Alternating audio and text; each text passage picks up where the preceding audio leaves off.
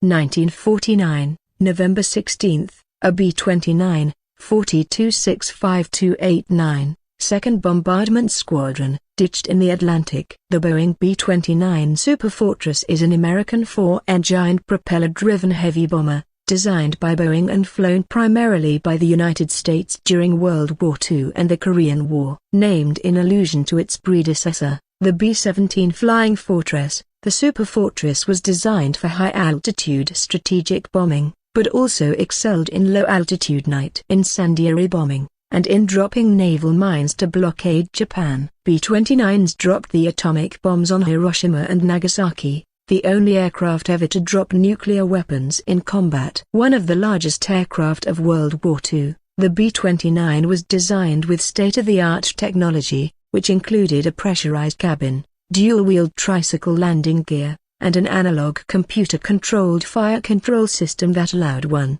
gunner and a fire control officer to direct 4 remote machine gun turrets. The $3 billion cost of design and production, equivalent to $45 billion today, far exceeding the $1.9 billion cost of the Manhattan Project, made the B-29 program the most expensive of the war. The B-29 was the progenitor of a series of Boeing-built bombers, transports, tankers, reconnaissance aircraft, and trainers. For example, the re-engined B-50 Superfortress Lucky Lady II became the first aircraft to fly around the world non-stop, during a 94-hour flight in 1949. The Boeing C-97 Strato freighter airlifter, which was first flown in 1944, was followed in 1947 by its commercial airliner variant, the Boeing Model 377 Strato Cruiser. This bomber-to-airliner derivation was similar to the B-17, Model 307 Evolution. In 1948,